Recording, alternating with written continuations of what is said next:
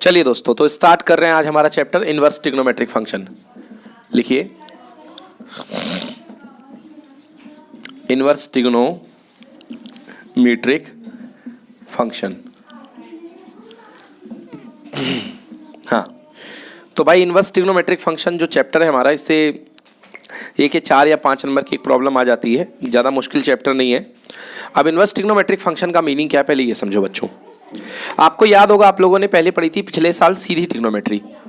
जैसे example function था y is equal to sine x, y को ही आउटपुट बोलते हैं, यानी f of x equal to क्या, sine x. y is equal to f x होता है, f of x equal to sine x. मतलब ये जो एफ एक्स है, एक्स पर बेस्ड फंक्शन है जिसका नाम है एफ एक्स। एफ एक्स को क्या बोलते हैं, वाई। एक्स है इनपुट और वाई क्या है, इसका आउटपुट। अगर आप एक्स की वैल्यूज डालते हो तो आपको वाई की वैल्यूज मिलती हैं। डाल के देख लो एक्स की वैल्यूज। आपने एक्स की वैल्यू देखिए, याद है एक्स क्या है डिग्री में बेटा, और ये साइन एक्स है। हाँ, एक्स इक्वल टू 0, साइन 0 पे वैल्यू कितनी थी बेटा, 0। याद आया। फिर 30 डिग्री, 30 डिग्री पे क्या हुआ, 1/2, 1/2। अब रेडियन में चलता है वैसे, 30 डिग्री को रेडियन में बदल लो।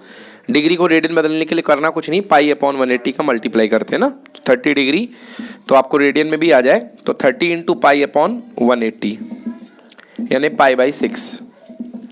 कितना आ गया बेटा, π/6।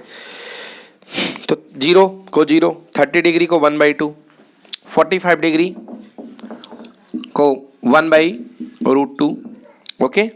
60 डिग्री को कितना, √3/2, और 90 डिग्री पे 1, 90 डिग्री पे 1, हाँ 1, 90 डिग्री पे 1।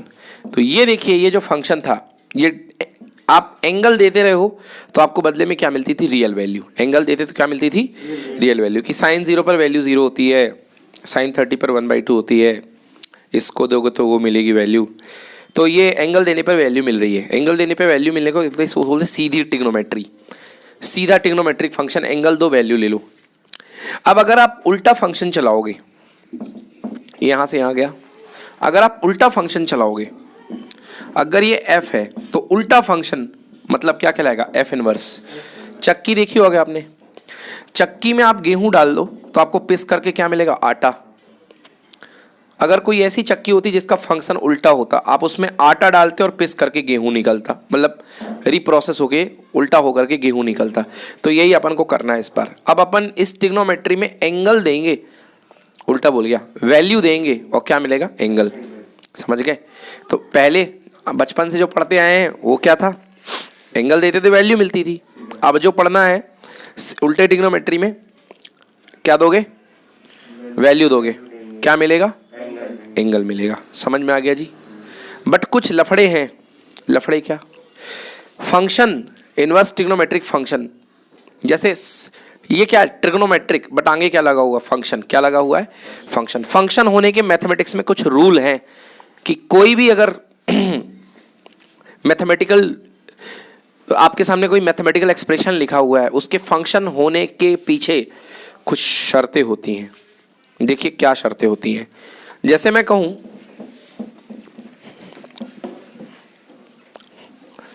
जैसे मैं आपसे कहूं कि y is equal to √x, y is equal to √x।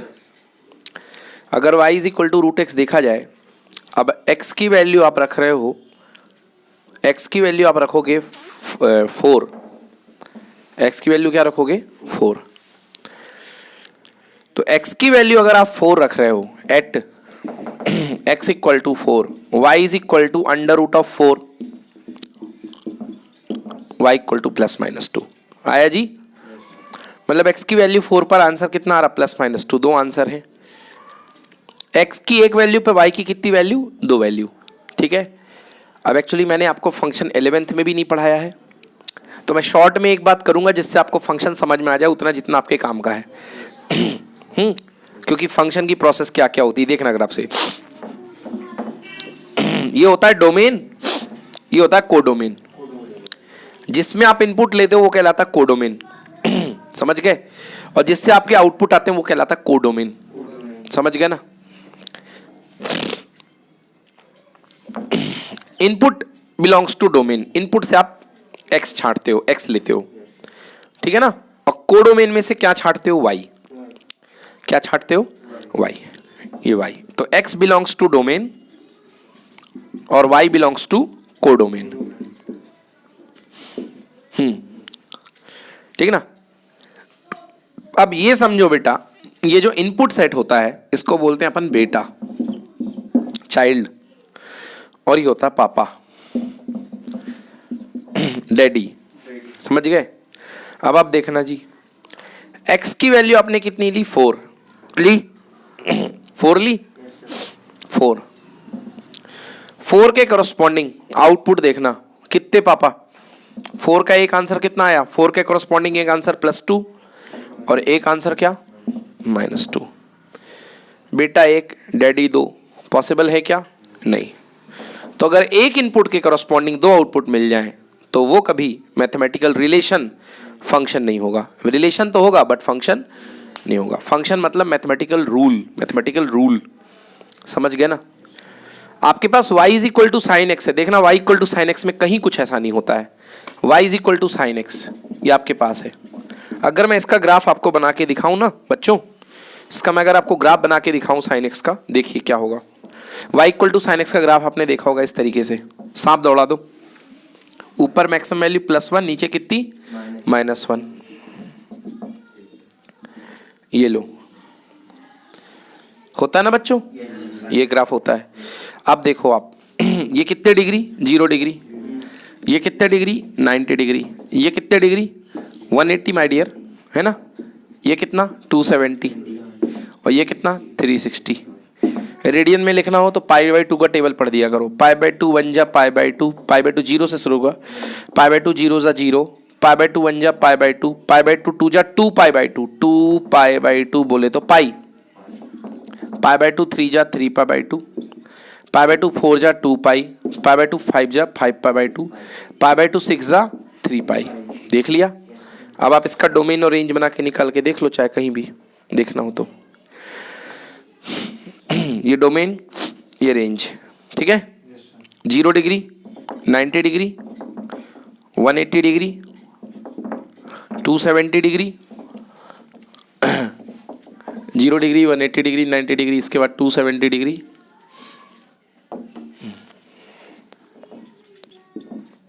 360 degree. चलता रहेगा वो तो, आते ही रहेंगे। पीछे -इन्फिनिटी, आगे +इन्फिनिटी, चलता रहेगा। अब देखो 0 डिग्री पर वैल्यू कितनी, 0, 90 पर कितनी, 1, 180 पर कितनी, 0, 270 पर कितनी, -1, है ना बेटा। 270 पर -1, 360 पर फिर से कितनी, 0। भाई बहुत सारी वैल्यूज आएंगी जिन पे 0 होगी वैल्यू, क्योंकि 0 देखो वैल्यू कहाँ पे हो रही है, यहाँ पे, फिर यहाँ पे, फिर यहाँ पे, फिर यहाँ पे, ऐसे चलता जाएगा। तो 0 तो बहुत सारे मिलेंगे, ऐसे 1 भी बहुत सारे मिलेंगे। 0 कहाँ मिल रहा है, 0, पाई, 2π, 3π, 4π, 5π, 6π। इसी को जनरल सोल्यूशन करके आप क्लास 11th में पढ़ते थे और टीचर्स बोलते थे साइन x इक्वल टू 0 का जनरल सोल्यूशन बोलो बच्चे लोगों, तो आप लोग क्या चिल्लाते थे, x equal to nπ, x equal to nπ, मतलब x इक्वल टू nπ पर जो साइन का वैल्यू है 0 हो जाएगा। 0, 2π, 3π, 4π, 6π, 7π, सब पे x, साइन x की वैल्यू क्या होगी, 0। इसमें कोई बुराई नहीं है, मगर देखो क्यों हो रहा है। बच्चे अनेक, पापा एक, पॉसिबल है भाई, क्योंकि भाई उल्टा रूल तो नहीं हो रहा ना कि एक बच्चे के कॉरस्पॉन्डिंग कई सारे पापा, तो नहीं हो रहा ना। कई बच्चों के एक पापा पॉसिबल है। कैसा फंक्शन हुआ, many one function, many one function. तो बच्चों ये मैनी वन फंक्शन है, तो इसमें कोई बुराई नहीं है, इसमें कोई बुराई नहीं है, ठीक है ना। तो ये फंक्शन था ट्रिग्नोमेट्रिक फंक्शन। बट अब इसका उल्टा देखना, अब इसका उल्टा, अभी ये इनपुट था बच्चों, x में इनपुट था, y में क्या था, आउटपुट, y में क्या था, आउटपुट। अब जब इसका उल्टा फंक्शन लिखेंगे तो जो आउटपुट था वो इनपुट बन जाएगा, बनेगा कि नहीं बनेगा। तो आउटपुट कहाँ से कहाँ चल रहा था, -1 से लेके +1 तक, तो -1 से लेके बीच में 0 आएगा और फिर मैक्सिमम कितना जाएगा बेटा, +1। देखिए अब उल्टा इसका, मैंने बोला 0 पर 0 इनपुट अगर मैं दे रहा हूँ, मतलब उल्टे फंक्शन में, सीधे फंक्शन में क्या था, मैं देता था 0, π, 180, 360, तो सब पर क्या मिलता था, 0 मिलता था। देख लो एक बार फिर लिख देता हूँ अगर भूल गए हो तो, ये लिख दे रहा हूँ 0, 180 या पाई, 2 पाई, 3 पाई, n पाई, इस सब पे क्या मिलता था मुझे? 0 मिला। अब उल्टे तरीके से देखो, उल्टा चलो, 0 इनपुट हो गया, आउटपुट पे क्या मिलेगा? 0, 0 degree, pi radian, 2 pi radian, 3 pi, 4 pi, up to n pi. एक बच्चे के इन्फानाइट पापा हो रहे हैं? हो रहे हैं ना? पॉसिबल नहीं है, मतलब ये फंक्शन नहीं है, ये फंक्शन नहीं है। तो बच्चों हमें फंक्शन बनाने के लिए क्या करना पड़ेगा? इसकी डोमेन को, इनवर्स फंक्शन की डोमेन को हमें रिस्ट्रिक्ट करना पड़ेगा। हमें क्या करना पड़ेगा? इसकी डोमेन को रिस्ट्रिक्ट करना पड़ेगा, समझ गए ना? सॉरी, रेंज को रिस्ट्रिक्ट करना पड़ेगा। रेंज को क्या करेंगे? रेंज को रिस्ट्रिक्ट करेंगे। इसमें प्रॉब्लम है ना, इसमें थोड़ा ना प्रॉब्लम है, इसमें प्रॉब्लम है। तो हम रेंज को रिस्ट्रिक्ट करेंगे। तो रिस्ट्रिक्ट करने के बाद जो रेंज बनेगी वो कहलाएगी प्रिंसिपल रेंज। क्या कहलाएगी? या प्रिंसिपल ब्रांच। समझ गए? आप कैसे रेंज को रिस्ट्रिक्ट करते हैं देखो। रेंज को कैसे रिस्ट्रिक्ट करेंगे वो देख लो।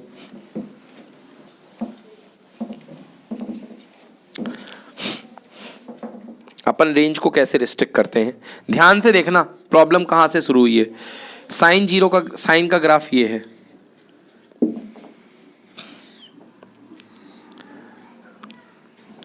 पीछे जाता ही जाएगा,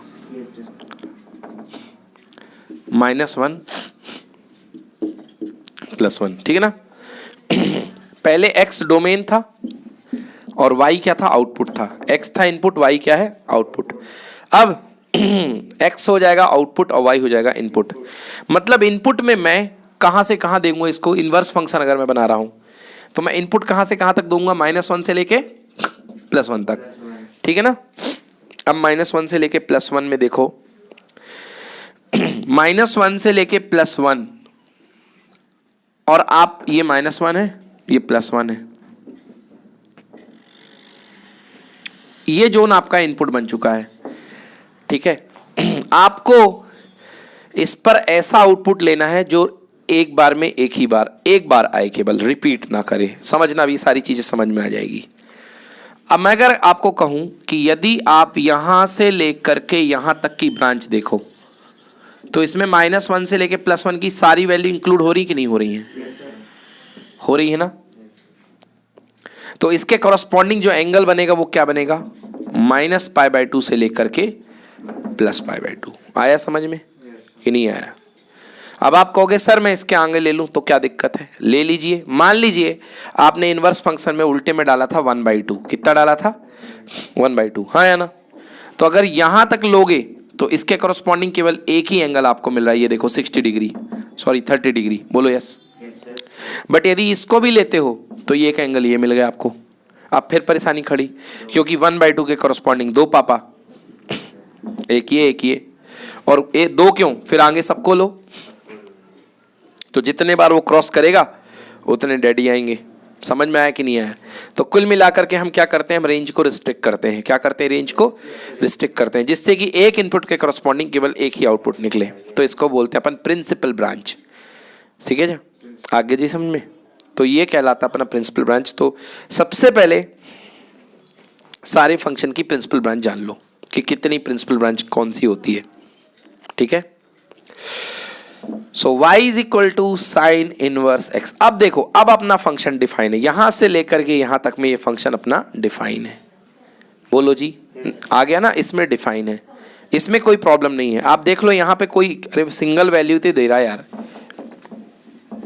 देखो ये आपका बन गया इनपुट और ये वाली बन गई आउटपुट लाइन। अब आप देखिए ना, किसी भी इनपुट के कॉरस्पॉन्डिंग कितने आउटपुट मिल रहे हैं? केवल एक। खींचो लाइन, ये देखो एक, बस यहां तक, बस क्रॉस मत करना इसको, ठीक है भाई अभिषेक? ये पीछे भी देख लो। अब आप कहोगे सर क्या मैं ये नहीं ले सकता हूं? ये वाली बिल्कुल ले सकते हो, अकेला ले लो, π/2 से लेके 3π/2 तक बिल्कुल ले सकते हो। बट सबसे ज्यादा क्लोजर 0 के पास वाला लिया जाता है, इसलिए आपको क्या चलेगा? -π/2 से लेके +π/2। समझ में आया? तो y is equal to sine inverse x में लिखो domain x belongs to -1 to +1। समझ में आ गया? डोमेन x की इनपुट -1 से लेके +1, ये -1 से +1 हो जाएगा, समझ गए ना। और जो कोड रेंज है इसका रेंज -π/2 से लेकर के +π/2, ये रेंज है, समझ में आ गया ना। नोट कर लो, -π/2 से लेके +π/2 ये रेंज बन गया, नोट कीजिए। 0 to π आएगा। चलिए देखते हैं जी। ओके नेक्स्ट देखते हैं। तो इसको अगला देखिए, ठीक है। अगर मैं बात करूं फंक्शन, सीधे फंक्शन की बात करूं मैं, y is equal to cos x, तो y is equal to cos x यदि मैं देखूं तो y is equal to cos x का सीधा ग्राफ बनाओ। कॉस 0 की वैल्यू क्या होती है 1, मतलब दौड़ा दो सांप 1 से, ये +1 है, ये देखिए। अब आपको ये देखना है कि जब आप इनपुट दोगे तो -1 से लेके +1 इनपुट दोगे इनवर्स में, ये तो सीधा है ना। जब आप इनवर्स में इनपुट दोगे तो -1 से +1 में दोगे, -1 से +1 में वहां तक जहां तक आपकी वैल्यू क्लैश ना हो। पीछे भी होता है बच्चों, तो पीछे का आप लोगे तो फटाक से क्लैश हो गई, तो इधर तो मत लो, क्योंकि अगर मान लो आपने ये वैल्यू ली, मान लो ये 1/2 है, तो दो जगह एक ये मिला 1/2 पर आउटपुट और एक ये मिला ना, नहीं मिला क्या? हाँ। अब यहां आगे चलो, ऐसा लो कि वैल्यू क्लैश ना हो, ये देखो यहां तक। अब इसके आगे चलोगे तो फिर क्लैश हो जाएगी, ये देखो। अगर इसके आगे चले तो ये देखो क्लैश हो गई ना, 2 पॉइंट मिल गए ना, मतलब ये इनपुट है तो इसके कॉरस्पॉन्डिंग 2 आउटपुट बनेंगे, एक ये बनेगा और एक ये बनेगा। बोलो बस। तो कहां से कहां तक लोगे? जहां तक क्लैश ना हो। तो भैया देखो 0 से लेके π तक, यस और नो? 0 to π। तो डोमेन क्या बन गई जी? डोमेन बन गई y इक्वल टू, लिखो y is equal to cos inverse x, y is equal to cos inverse x। x belongs to -1 to +1, बेटा सेम है। इनपुट -1 से +1, और जो रेंज होगी y बिलोंग्स टू, इसको डोमेन बोलते हैं, and y belongs to range क्या अपनी 0 to 1, 0 to π 0 to π 0 to 180 degree. ठीक है, चलो। अब ट्रिग्नोमेट्री का नॉलेज तो होना चाहिए आपको थोड़ा सा, तो ये बन जाएगा। ग्राफ सीधे वाले आएंगे तभी तो उल्टे वाले बनेंगे। चलो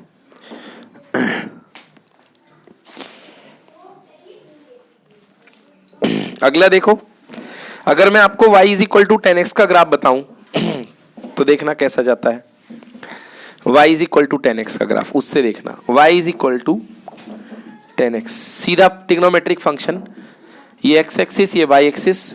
0 पर 10 की वैल्यू 0, और 10 90 पर वैल्यू कितनी होती थी? याद करो, π/2 पर 9 इन्फिनिटी होती थी, 10 π/2 पर इन्फिनिटी। फिर ये पीछे से शुरू होता था, ऐसा जाता था, और इधर ऐसा आया करता था, यस और नो? ये ग्राफ था 10x का। ठीक है, 10x में डोमेन क्या होती थी? 10x में इनपुट देखो, इस 10x में जो आउटपुट था वो जाता था, ये 10x है बेटा, y is equal to 10x, तो ये जाता था +∞ से लेके -∞। तो उल्टे फंक्शन में ये बन जाएगी डोमेन। तो y is equal to 10 inverse x में, 10 इनवर्स x में x बिलोंग्स टू क्या? -∞ टू +∞। बोलो हाँ, गया? हाँ। और आउटपुट जो जाएगा वो ऐसा जाएगा कि क्लैश ना हो। तो देखो यहां से लेकर के यहां तक में कोई क्लैश नहीं है, कर दो मैच, खींच दो, लो, कहीं क्लैश हो रहा क्या? नहीं हो रहा। मतलब क्या? -π/2 से लेके +π/2, बट कैसा? ओपन, क्योंकि -∞ टच नहीं कर सकते हो, +∞ टच नहीं कर सकते हो, तो जब उस पर टच नहीं है तो π/2 -π/2 पर टच नहीं होगा। समझ में आया? तो बेटा इसकी रेंज लिखो, y is also belongs to -π/2 से लेके +π/2। नोट करिए, ओपन इंटरवल -π/2 से लेके +π/2। ठीक है,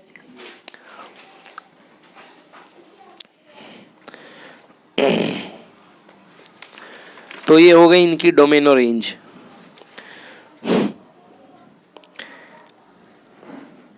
डोमेन क्या हो गई? -∞ से लेके +∞। इसको बोलते हैं यार ऑल रियल नंबर, आर भी बोलते हैं इसको, कैपिटल आर।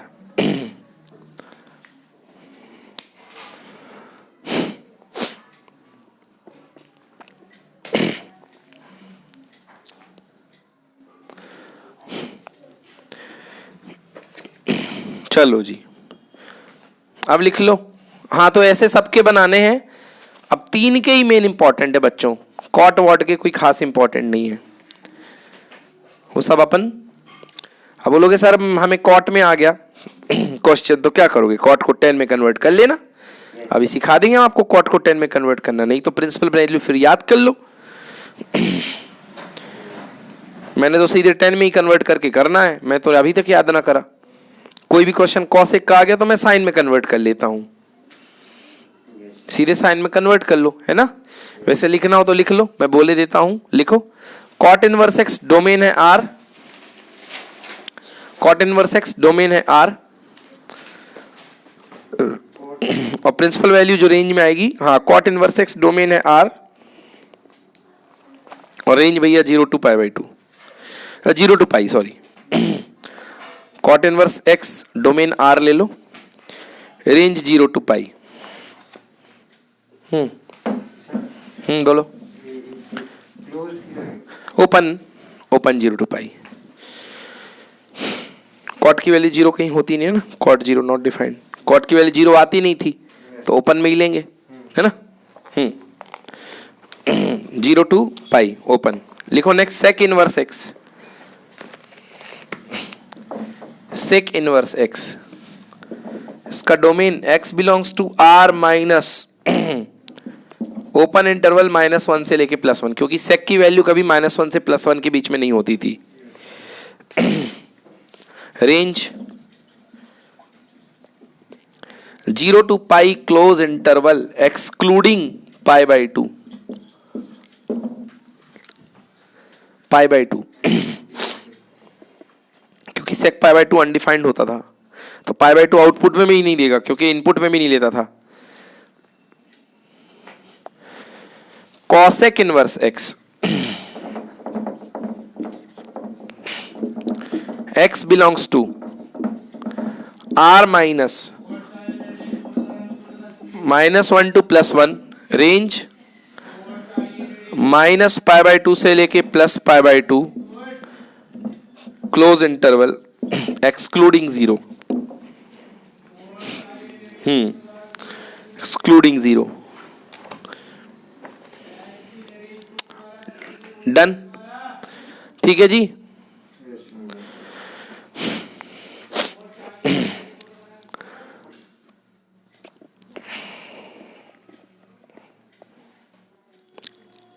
ओके जी।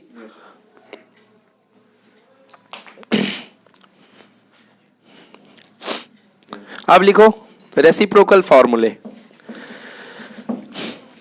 रेसिप्रोकल फॉर्मूले। जैसे वहां पे होता था सीधी ट्रिग्नोमेट्री में कि साइन x इक्वल टू होता था 1 कोसेक x, कोसेक का उल्टा साइन होता था, साइन का उल्टा कोसेक होता था, याद है।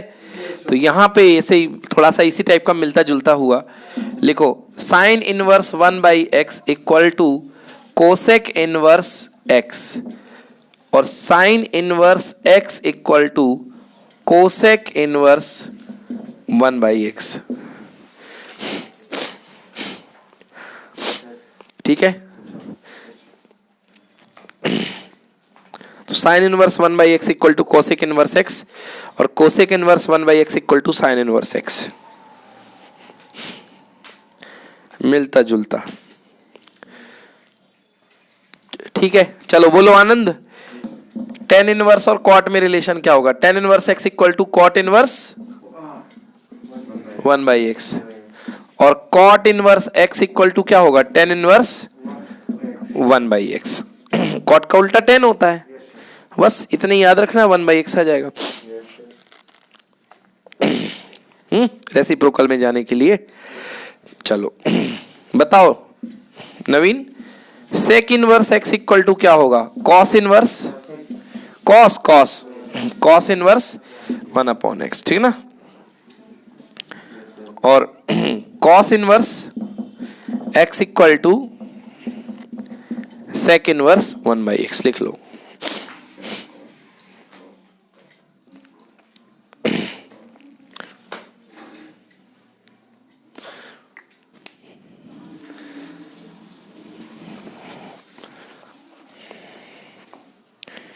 ठीक,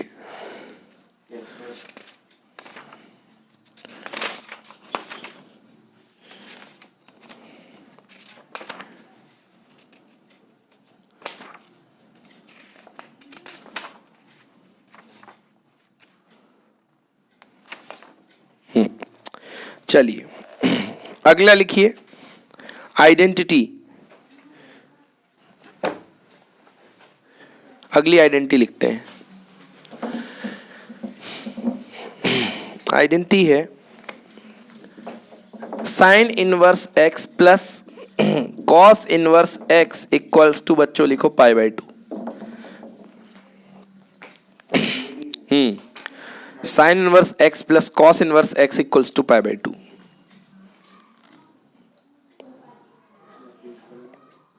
बहुत यूजफुल है।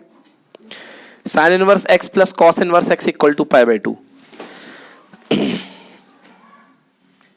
साइन का कॉम्प्लीमेंट क्या होता था? Cos.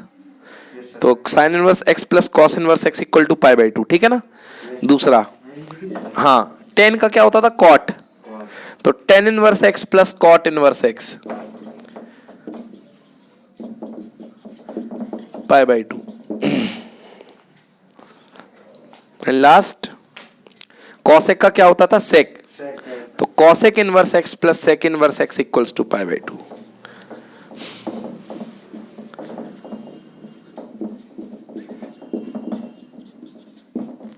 Pi by 2। Cosec inverse x plus sec inverse x equals to pi by 2।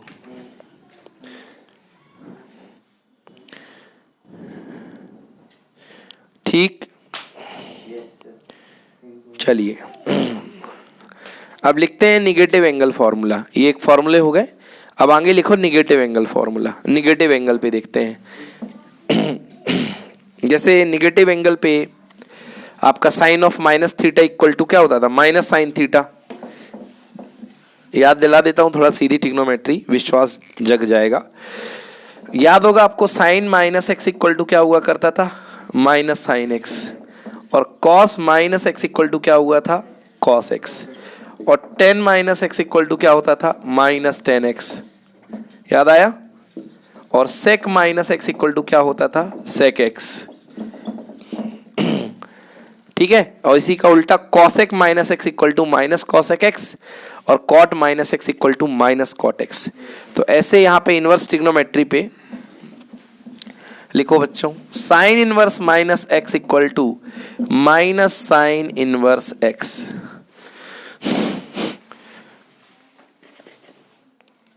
Sine inverse minus x equal to minus sine inverse x. दूसरा, साइन का उल्टा कॉसेक, तो cosec inverse minus x equal to minus cosec inverse x. Minus cosec inverse x. फिर cos ले लो। Cos inverse minus x equal to, ये याद रखना, pi minus cos inverse x. Pi minus cos inverse x. Sec inverse minus x.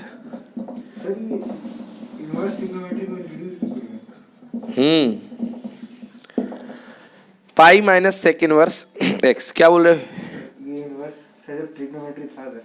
हाँ, सीधा trigonometry जब था तो मेहनत करनी पड़ती ना सीधे से जाने वापस आने के लिए। इससे जल्दी हो जाएंगे क्वेश्चन भाई। एक तो रिक्वायरमेंट थी पहली कि आप जो है उसको आप वापस कैसे लाओगे, वैल्यू से एंगल कैसे लाओगे। तो पहली चीज़ तो ये थी। अब वैल्यू से एंगल आनी चाहिए, मगर किसके तहत आनी चाहिए? वो नियम के तहत, फंक्शन के रूल के तहत। तो वो रूल इफेक्ट करता है ना, इसलिए। Next, second, cot inverse minus x equal to cot inverse minus x equal to pi minus cot inverse x. हो गए 6। साइन कोसेक हो गया, कॉस का सेक हो गया, और 10 का बच गया। Tan inverse minus x equal to minus tan inverse x.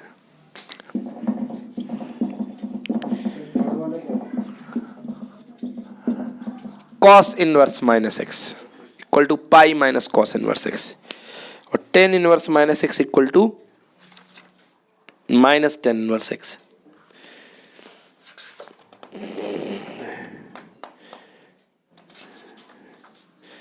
चलिए, तो ये बेसिक क्वेश्चंस हैं जिन पर आपका क्वेश्चन हो जाएगा।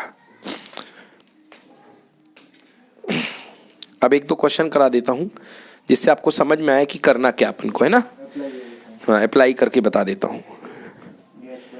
लिखिए, find the value of sine inverse minus root 3/2। Root 3/2।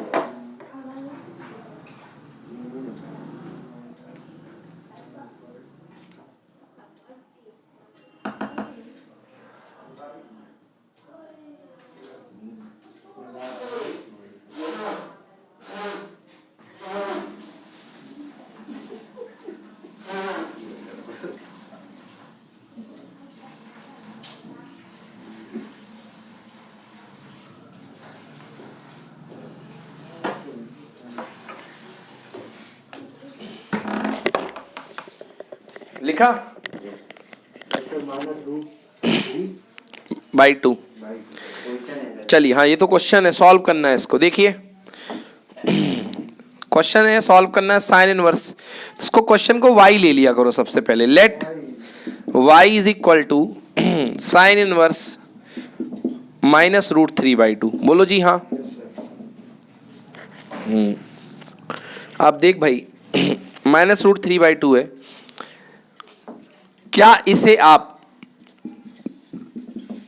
Sine inverse, सबसे पहला काम sine inverse minus theta is equal to क्या पढ़ा अपन ने, माइनस साइन इनवर्स थीटा। तो माइनस बाहर ले आए, अंदर क्या बच गया, ओनली रूट 3/2। रूट 3/2, ठीक है, क्लियर हो गया जी। आप क्या लिखो, माइनस साइन इनवर्स रूट 3/2 को मैं क्या लिख सकता हूं, साइन कितने डिग्री, 60 डिग्री। साइन 60 डिग्री, जिसको π/3 बोलते हैं। अब ध्यान से देखो, क्या 60 इसकी प्रिंसिपल ब्रांच में है। साइन की प्रिंसिपल ब्रांच क्या थी, -π/2 से लेके +π/2 थी ना। प्रिंसिपल रेंज क्या थी, -π/2 से +π/2, मतलब -90 टू +90। ये उसके बीच में है। तो अब ये साइन इसको एलिमिनेट कर देगा, ये साइन इनवर्स इसको एलिमिनेट कर देगा। अगर ये प्रिंसिपल रेंज के बाहर होगा तो ये साइन इसको एलिमिनेट नहीं करेगा। समझ गए, ये तभी एलिमिनेट करेगा जब वो उसके प्रिंसिपल रेंज में है। तो ये साइन इनवर्स इसको एलिमिनेट कर देगा। केवल आंसर आ गया -60 डिग्री या -π/3। समझ में आया, कोई दिक्कत। एक तरीका तो ये है जी। अगर 90 से ज्यादा होएगा ही नहीं प्रिंसिपल ब्रांच में, तो उसको लाना पड़ेगा अपन को, घसीट करके, पकड़ करके लेके आना पड़ेगा।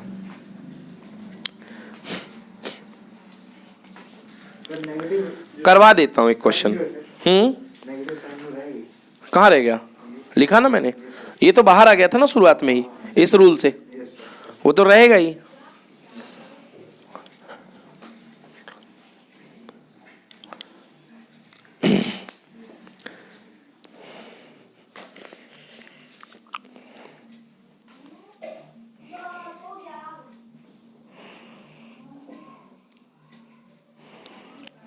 ठीक, चलो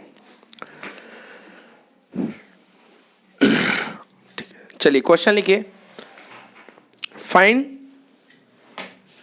ये सॉल्व बोल देगा, सॉल्व कॉसेक इनवर्स -2/√3। हाँ, कॉसेक इनवर्स -2/√3, 2/√3। चलो कैसे करेंगे, देखो बोर्ड पे बेटा। Let y is equal to cosec inverse -2/√3। ठीक है भाई, बदल लो, पलट लो। कौन सा फॉर्मूला, cosec inverse x equal to sine inverse 1/x minus b है। हाँ ठीक है, तो साइन इनवर्स 1 पलटोगे 1/x, तो ये तो x ही था ना, तो -2/√3। बोलो जी हाँ। भाई कॉसेक को साइन में कन्वर्ट करने का बेस्ट तरीका है। अब कॉसेक में कौन ढूंढे प्रिंसिपल ब्रांच, कौन लगाए फॉर्मूला, ये बेस्ट लगा दो। चलो पलट दो, क्या आ गया, साइन इनवर्स माइनस ऊपर गया √3/2। फिर तो यही क्वेश्चन बन गया ना। चलो कर लोगे, नोट कर लो। तो कॉसेक में आ गया तो साइन में बदल लेना।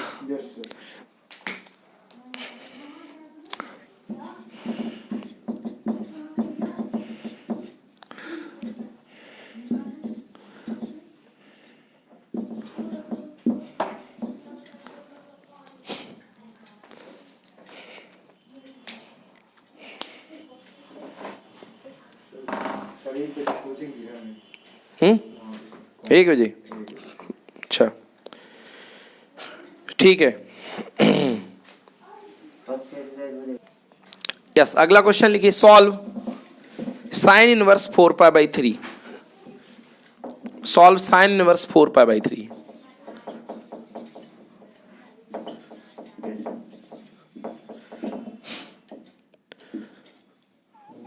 Sorry sine inverse sine 4π/3। Sine inverse तो वैल्यू लेगा, एंगल थोड़ा ना लेगा। साइन 4π/3, हाँ साइन 4π/3। अब आपने कहा कि सर साइन से साइन कैंसिल कर दो, उड़ा दो, आंसर धर दो 4π/3। गलत। सबसे पहले देखो 4π/3 कितने डिग्री होता है। 4π/3 को सबसे पहले डिग्री में बदल लो, तो 4π/3 मतलब 60, यानी 240 डिग्री। और नहीं बनता तो 180/π का मल्टीप्लाई कर लो, अगर भूल गया है तो, है ना। 4π/3 इंटू 180/π, पाई से पाई 3 से 60 बार, 60 गुणे 4 कितना 240, तो ये आ गया 240। मतलब ये जो क्वेश्चन है y is equal to sine inverse sine 240 हो गया, हो गया। अब देखिए क्या ये -90 से +90 के बीच में है? नहीं है, ये -90 से +90 के बीच में नहीं है। इसका मतलब हम इसको कैंसिल नहीं कर सकते। कैसे करोगे? साइन 240। अब पिछले साल वाली ट्रिग्नोमेट्री लगाओ बिंदास खुश होकर के। y is equal to sine inverse sine 240 यानी 180 + 60, यही होगा। अब साइन 180 + 60, 180 लाइन चेंज नहीं होती है, इस लाइन पे कोई चेंज नहीं होता है, इस लाइन पे चेंज होता है, समझ गए ना। इस लाइन पे कोई, तो 180 + 60 थर्ड क्वाड्रेंट। थर्ड क्वाड्रेंट किसका घर? 10 का। आजा सनम तेरी 10 का घर है, तो 10 निगेटिव, इसमें निगेटिव आएगा, तो कितना आएगा? Sine 180 + 60 equal to minus sine 60। तो साइन इनवर्स माइनस साइन 60, बोलो हाँ। इनवर्स के अंदर निगेटिव है, फट से निगेटिव बाहर ले आओ, क्योंकि साइन का केस है ना, चाहे अंदर कुछ भी बैठा हो। तो साइन माइनस बाहर आ गया, माइनस साइन इनवर्स साइन 60, बोलो यस। अब देखो क्या ये जो 60 है -90 से +90 के बीच में है, तो अब ये इसको उड़ा देगा, तो आंसर कितना आ गया? -60 यानी -π/3। बोलो समझ में आया कि नहीं आया? नोट कर लो। तो जो आप पूछना चाह रहे थे कि सर अगर वो बाहर होगा तो उसको पकड़ के खींच करके लेके आएंगे अपन, कन्वर्ट करते करते, चक्कर घुमाते घुमाते, ठीक है ना।